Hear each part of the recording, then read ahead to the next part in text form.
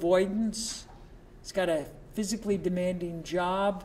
He's under a lot of stress. He doesn't want to miss work. How are you going to address this with the patient? What are you going to do? Yeah. Reassure him, see if there's lighter duty he can get on. Yeah, speak to the employer and see if you can get him on some light duty. What were you going to say?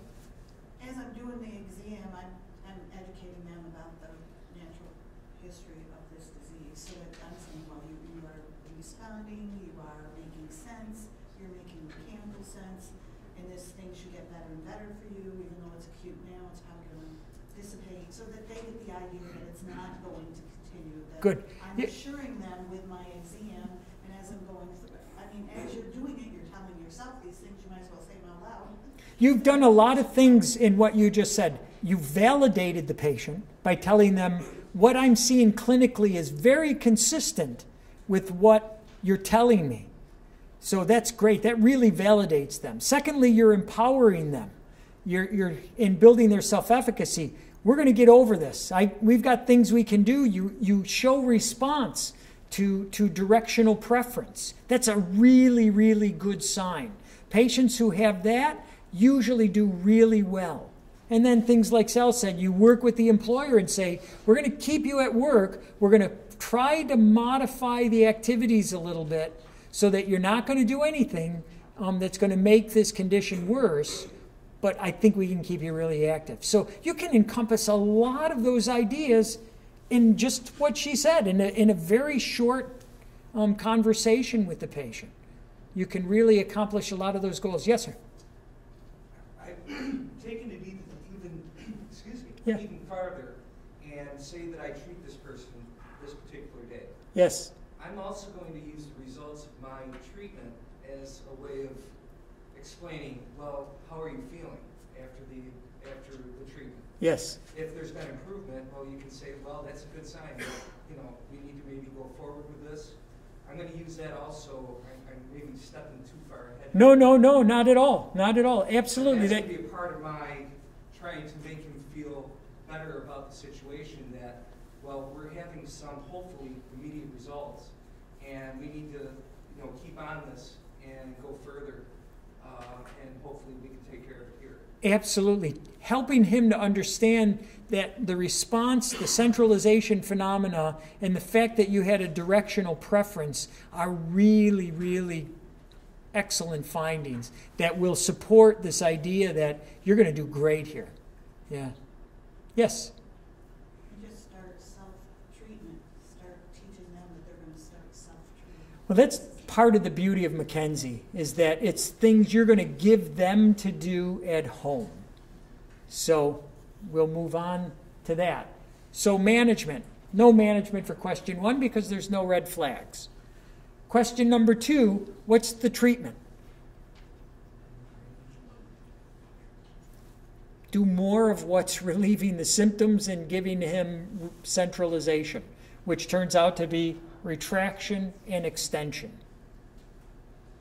And so you keep doing that. You just give them the protocol and you have them do that at home. How about the radiculopathy?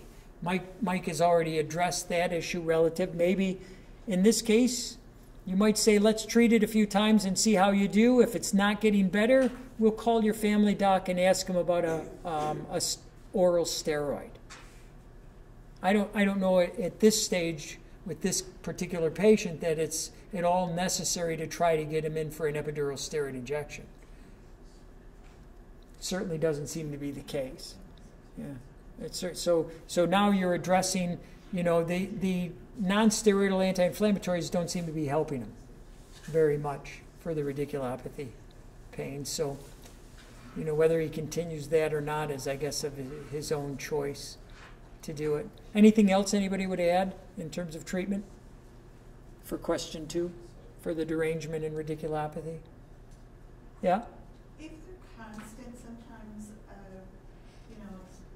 self-traction or manual traction by the therapist, which gives them another millimeter for that swollen nerve root, and sometimes that helps get them into the home. Okay. But Yeah. neutral positions and laying down is a type of axial unloading, and they give themselves self-traction. Yeah, based on the clinical prediction rules, and the treatment-based classification models, adding a little traction, if he responds to it, do more. Yeah. So yeah, there's an evidence base for going in that direction with it too, and I think it's a very reasonable consideration to add. Sure. Good, excellent. How about question number 3? The risk of chronicity, the fear avoidance. How are you going to manage that? I think somebody already did we already kind of addressed it.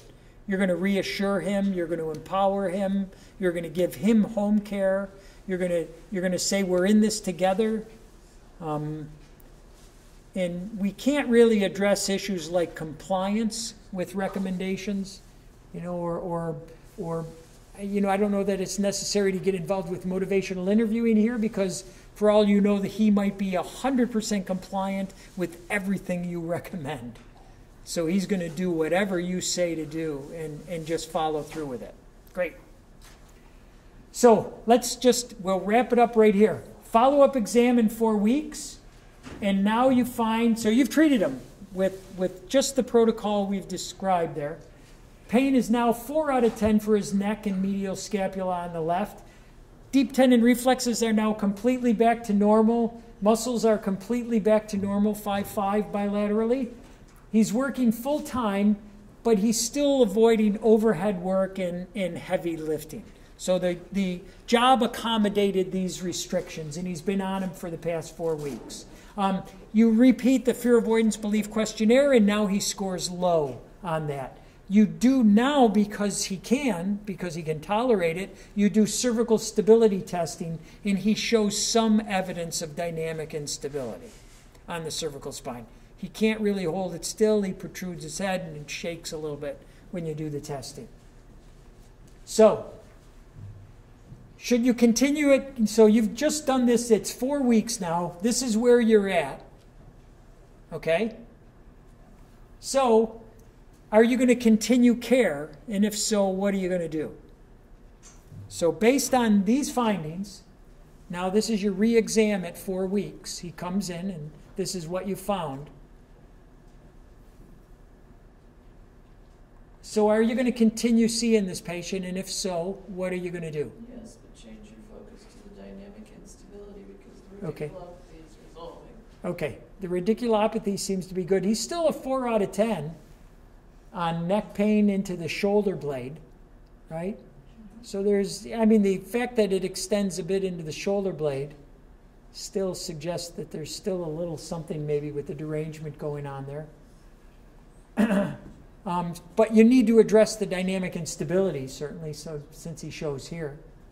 Good. He's still on work restrictions, which would suggest you probably should continue your care or monitoring of him at the very least, because he's still on restrictions. Okay. Any additional testing? Anybody who would want to do anything else with this patient? No? Good. I don't think so either. And then what about the work restrictions? It's 4 weeks. This is where he's at clinically. And this is his work restrictions of limited overhead work, limited lifting. Are you going to keep them the same? Are you going to change them? Are you going to lift them? Anybody? How many would keep, yes? Somebody raise their hand? I just have them try some things at home, not while they're at work, but a few things at home on one day and see how they feel the following day. You just add in little things at a time, see if they tolerate it. Okay. That's it, so they don't get in too much trouble. So her recommendation is that you try some gradually increased challenging activities at home, and then let him introduce him. If he can tolerate them, introduce him at work. Wait 24 hours Yeah. and see what he feels the next day. Okay.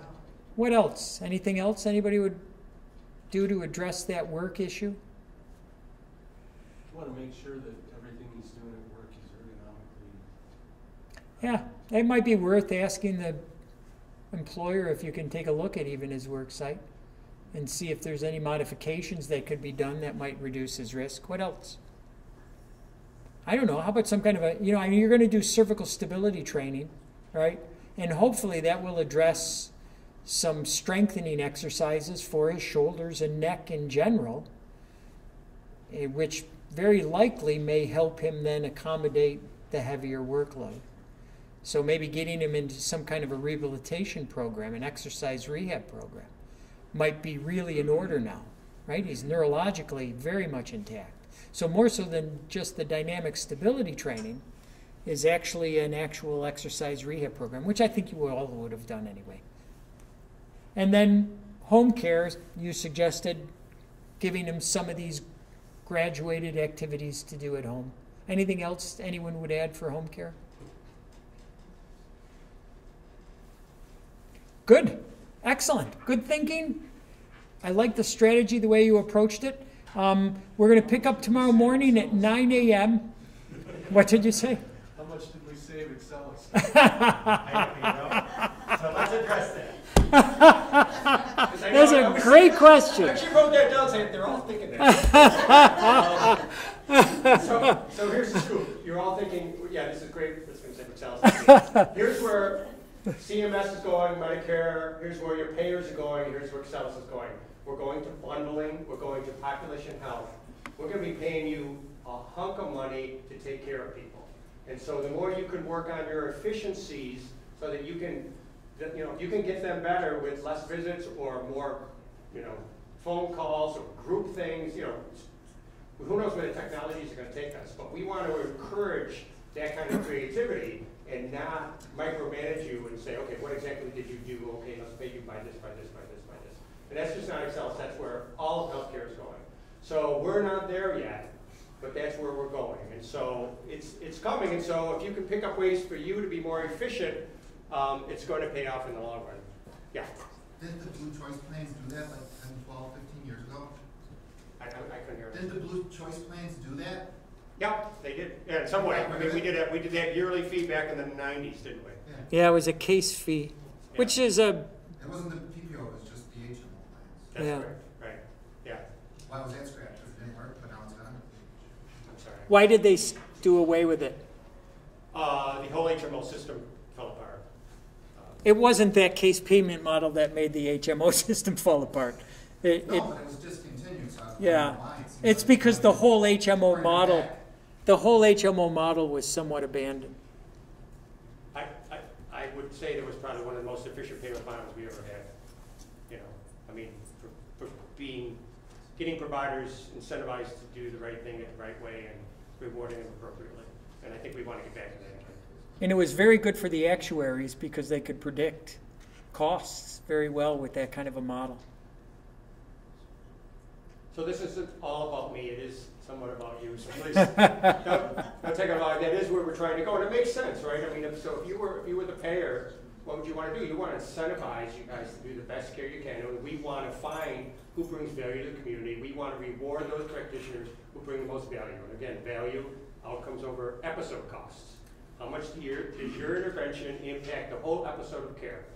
Do they need an MRI? Do they need a surgery? Do they need an injection? We're looking at all of that now, and so that's why I think you guys have a tremendous potential to have a big impact on spine care, both in quality and in cost.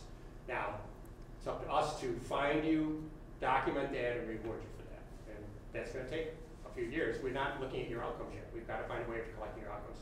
That's on the docket for next year. We're going to be really pushing that. Yeah. With these case payments, the thing we hear about a lot is if we could get paid, for example, when they come in with a lumbar incident, and then if they happen to come in later in the year with a cervical incident, if it wasn't the entire spine like it used to be, if you got paid for the lumbar case, and then you get paid for a cervical case, that would be much better. The capitated fee used to be just whatever it was for the year. Mm-hmm. So that's what we talk about a lot with these capitated fees. As long as it's incident-based, Well, not just completely Brian, will anything you that happened stand in the next to spine. John and answer and restate the question? no, because I really don't want this on tape. You want me to stop? Pardon me? I should stop? Yes. Sure. Yeah.